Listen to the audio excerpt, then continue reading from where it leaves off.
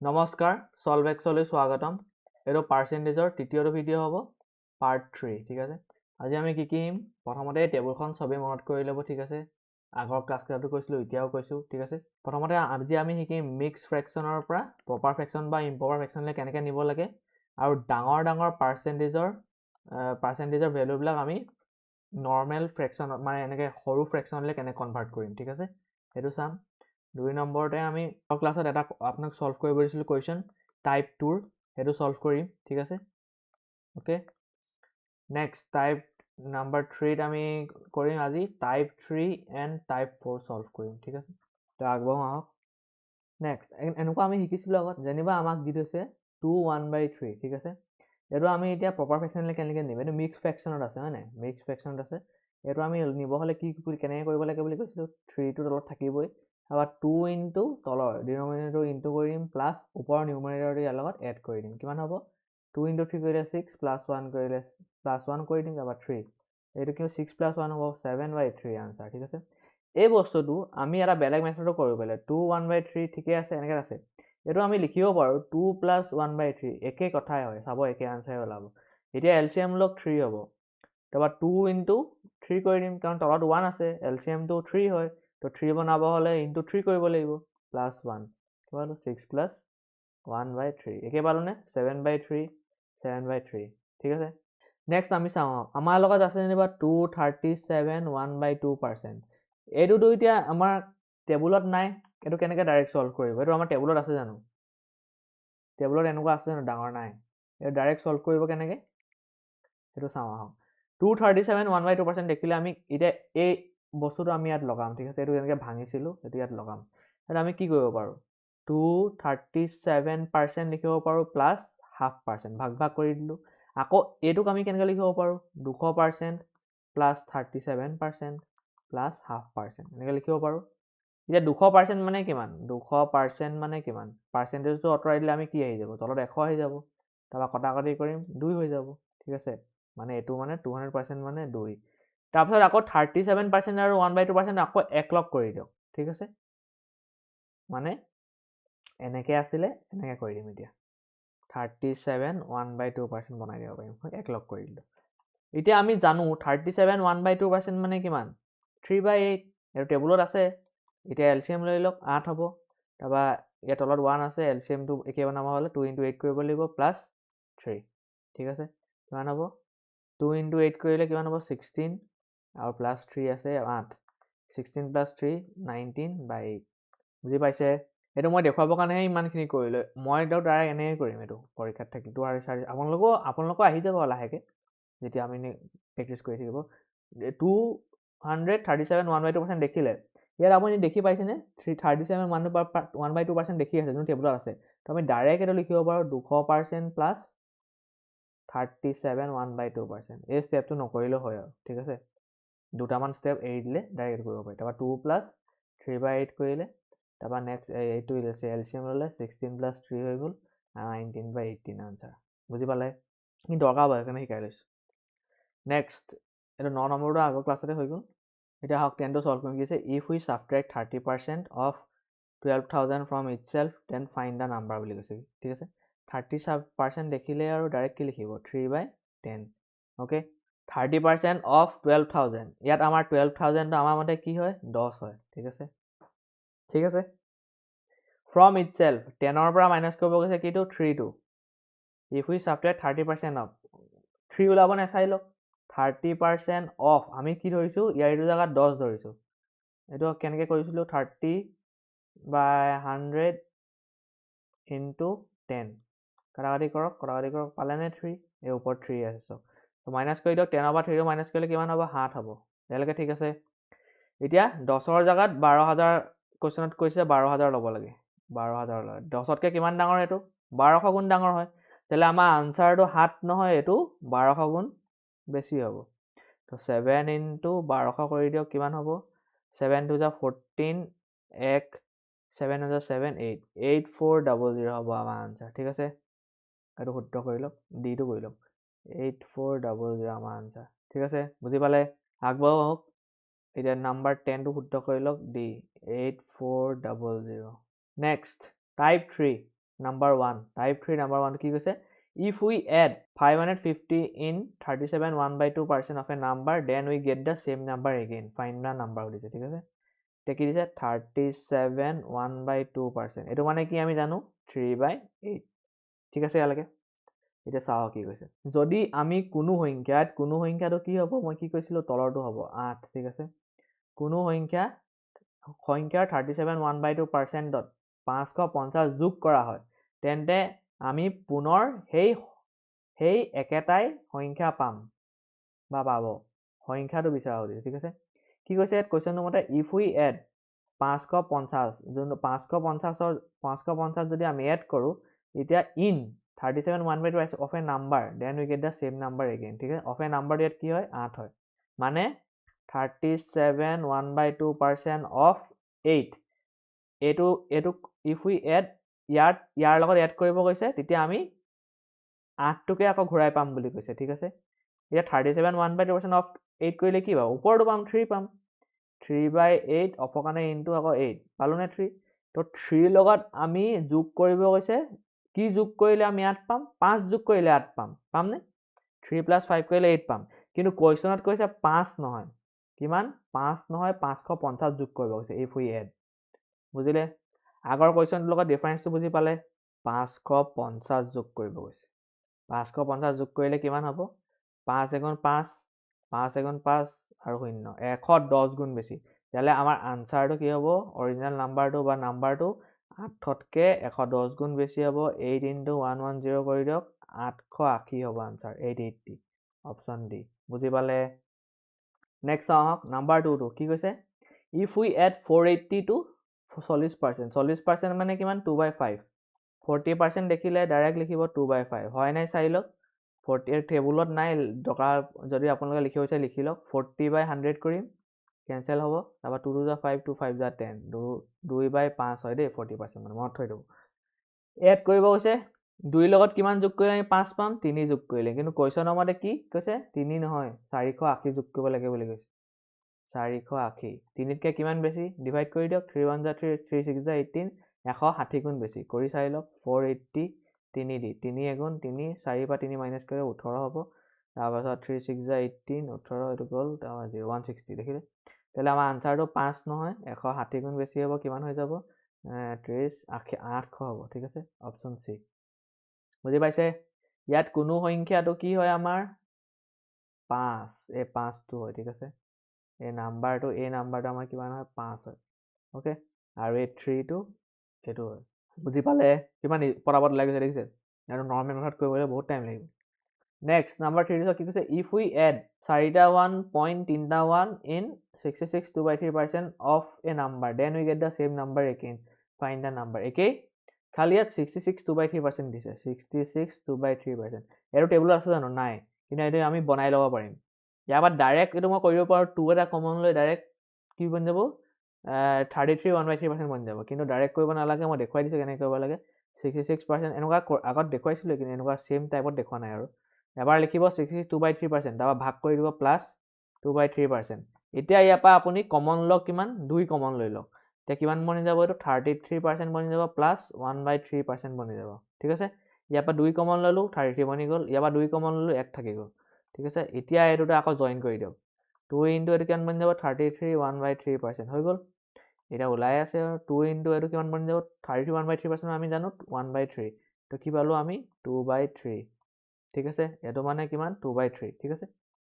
এতিয়া আৰু ডাইৰেক্ট কৰিয়ে দিয়ক আৰু 66 2/3% মানে আমি কিমান পালোঁ 2/3 এতিয়া if we add কৈছে কৰি দিয়ক 2 লগত কিমান যোগ কৰিলে 3 পাম 1 যোগ কৰিলে কোনো সংখ্যাটো আমাৰ ইয়াত কিমান হয় কি হয় 3 হয় ঠিক আছে তো আৰু এইটো 66 2/3% of 3 তেতিয়া আমাক 2 পাম 2 লগত 1 প্লাছ কৰিলে 3 হয় কিন্তু কুৱেশ্যনৰ মতে কি দিছে এইটো হয় 1 নহয় এইটো 4টা 1 point 3টা 1 হয় বুলি কৈছে তো 1ৰ লগত আমি গম পাওঁ যোনটো ইনটু কৰিম সেইটোৱে ওলাব তো ইনটু 4টা 1 point 111 তো সেই হিচাপে আমাৰ আনচাৰটো কোনো সংখ্যাটো 3 নহয় 4টা 1 point 3টা 1 হ'ব ঠিক আছে এতিয়া 3 × 111 1.11 হ'ব আনচাৰটো তো আনচাৰ কি হ'ব 4টা 3 point 3টা 3 বুজিলে অপশ্যন বি নেক্সট 4টো চাওঁ কি কৈছে If we add 2100 to 57 1/2% of a number, we get the same number again.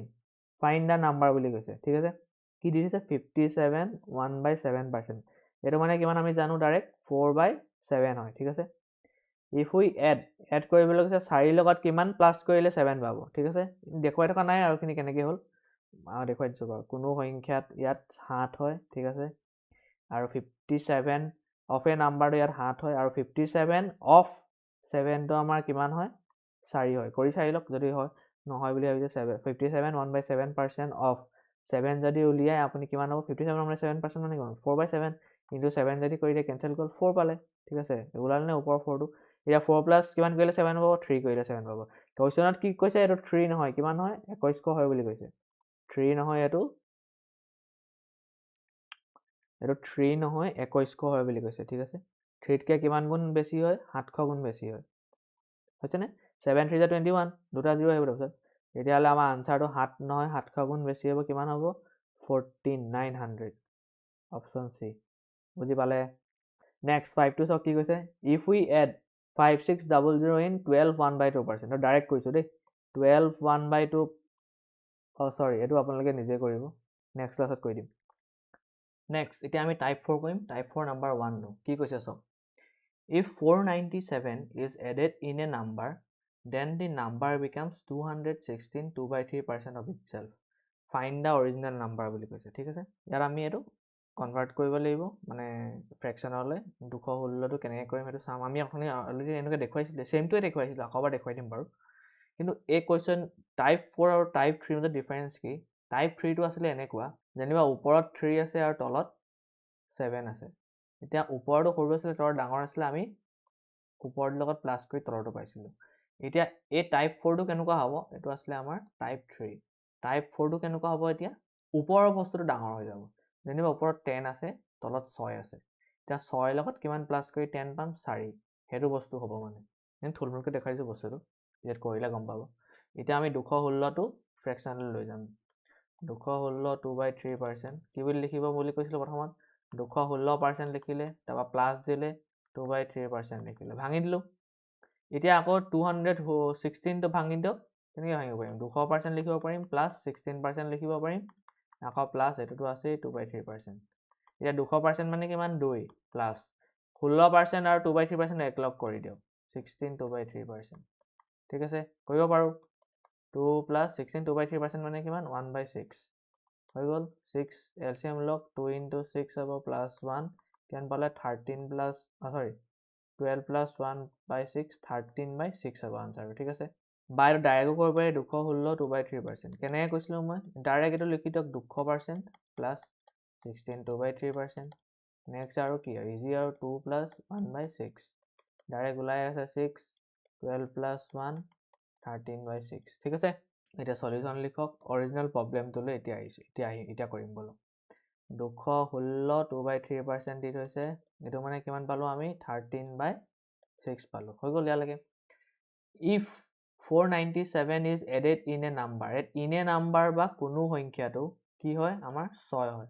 এই 6টো হয়। আৰু ইয়াত 497টো কি হয়? যোনটো আমি ইয়াত প্লাছ কৰিম, ঠিক আছে? সেইটো কৈ আছোঁ।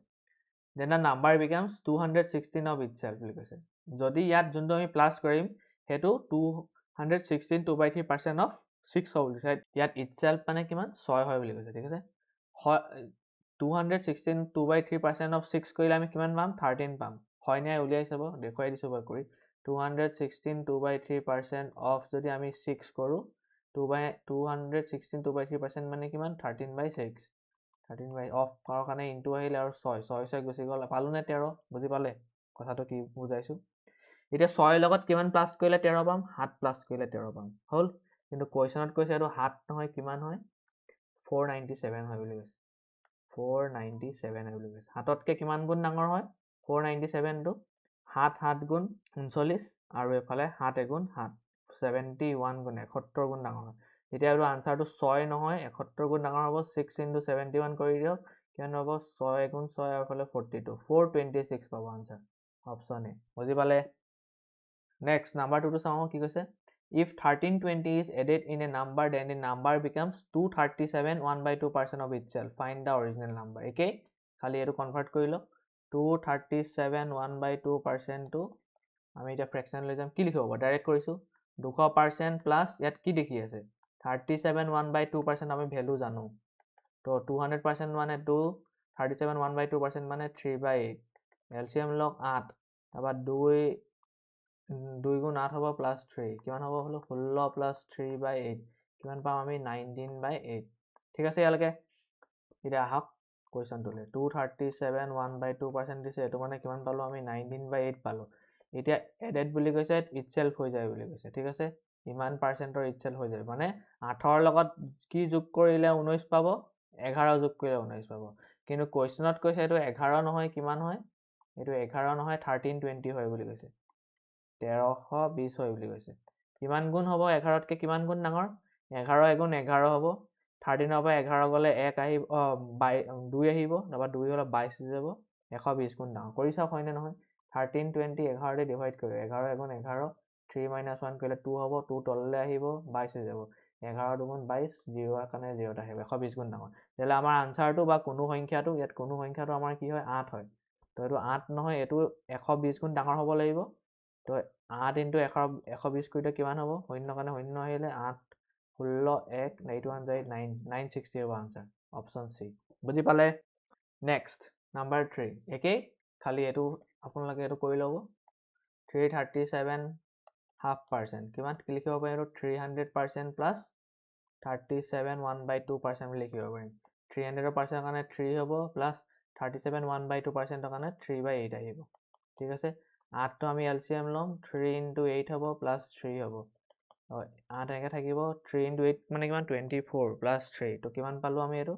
24 প্লাছ 3 কৰিলে 27/8 পালোঁ ঠিক আছে ইয়ালৈকে তো আপুনি লিখি দিয়ক 337 1/2% মানে কিমান পালোঁ আমি 27/8 পালোঁ এতিয়া 8ৰ লগত কিমান প্লাছ কৰিলে 27 হ'ব চব কৰি পিনি 8ৰ লগত যদি আমি 19 প্লাছ কৰি দিওঁ তেতিয়া 27 পাম নে চাই লওক 19 প্লাছ 8 কৰক 9 17 হ'লে 1 যাব 27 27 ঠিক আছে 19 পালোঁ কুৱেশ্যনত কৈছে আমি 19 এড কৰা নাই কিমান এড কৰিছোঁ 1330 এড কৰিছোঁ 1330 এড কৰিছোঁ তো কিমান গুণ হ'ব এইটো মই ডাইৰেক্ট কৰিব পাৰিম 9ৰ লগত কি যোগ কৰি আপুনি লাষ্টৰ নাম্বাৰটো 3 ওলায় 7 19ৰ লগত যদি আপুনি 7 যোগ কৰে কিমান পাব 63 কাৰণে 3 পালোঁ ওপৰলৈ 6 গ'ল 7 এগুণ 7 আৰু 7 যোগ 6 কৰিলে আপুনি 13 পাব ঠিক আছে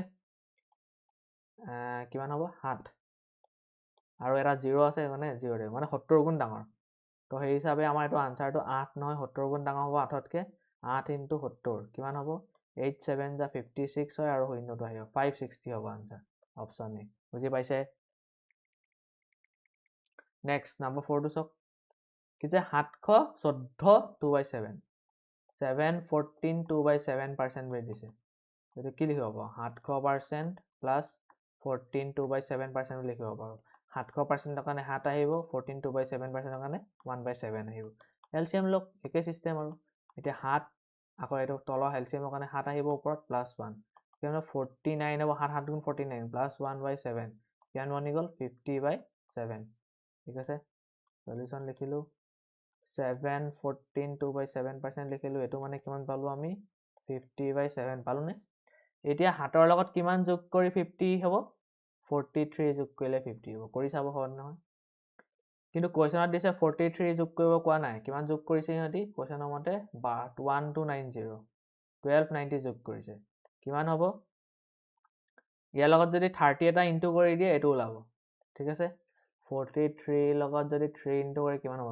3 3 × 9 আৰু 4 × 12 ঠিক আছে ওলালেনে 129 129 ইয়াত 0 এড কৰি দিয়ক তেতিয়াহ'লে 0 এড কৰিবলৈ 30 লগাব লাগিব ইনটু 30 তো সেই হিচাপে আমাৰ কোনো সংখ্যা বা 7টো এই কোনো সংখ্যাটো আমাৰ ইয়াত কি হয় 7 হয় 7 নহয় আনচাৰটো 30 গুণ বেছি হ'ব 7তকৈ 7 × 30 কৰিলে কিমান হ'ব 2010 অ'কে 210 হ'ব ঠিক আছে অপশ্যন চি বুজি পালে নেক্সট 5টো নিজে কৰিব আনচাৰটো কমেণ্ট কৰিব নেক্সট ক্লাছত কৈ দিম ঠিক আছে এইখিনি আনচাৰ চেক কৰি ল'ব তেতিয়াহ'লে আজি আমি কি শিকিলোঁ প্ৰথমতে টেবুলখন চাব ক'লোঁ ঠিক আছে নেক্সট আমি শিকিলোঁ ডাঙৰ পাৰ্চেণ্টেজৰ পৰা সৰু ফ্ৰেকশ্যনলৈ কেনেকৈ কনভাৰ্ট কৰিম ঠিক আছে দ্বিতীয়তে আমি আগৰ ক্লাছৰ এটা আপোনালোকক কৰিব দিছিলোঁ অংক, সেইটো মই ছল্ভ কৰি দিলোঁ, ঠিক আছে, টাইপ 2, ঠিক আছে। নেক্সট আজি আমি শিকিলোঁ টাইপ 3 এণ্ড টাইপ 4। টাইপ 3 মই 4টা কুৱেশ্যন কৰিলোঁ, টাইপ 4 4টা কুৱেশ্যন কৰিলোঁ, আৰু 2টা কুৱেশ্যন আপোনালোকক ছল্ভ কৰিব দিছোঁ, এটা টাইপ 3 এটা টাইপ 4, ঠিক আছে। ভিডিঅ'টো এতিয়ালৈকে চোৱাৰ বাবে ধন্যবাদ, নেক্সট ক্লাছত লগ পাম।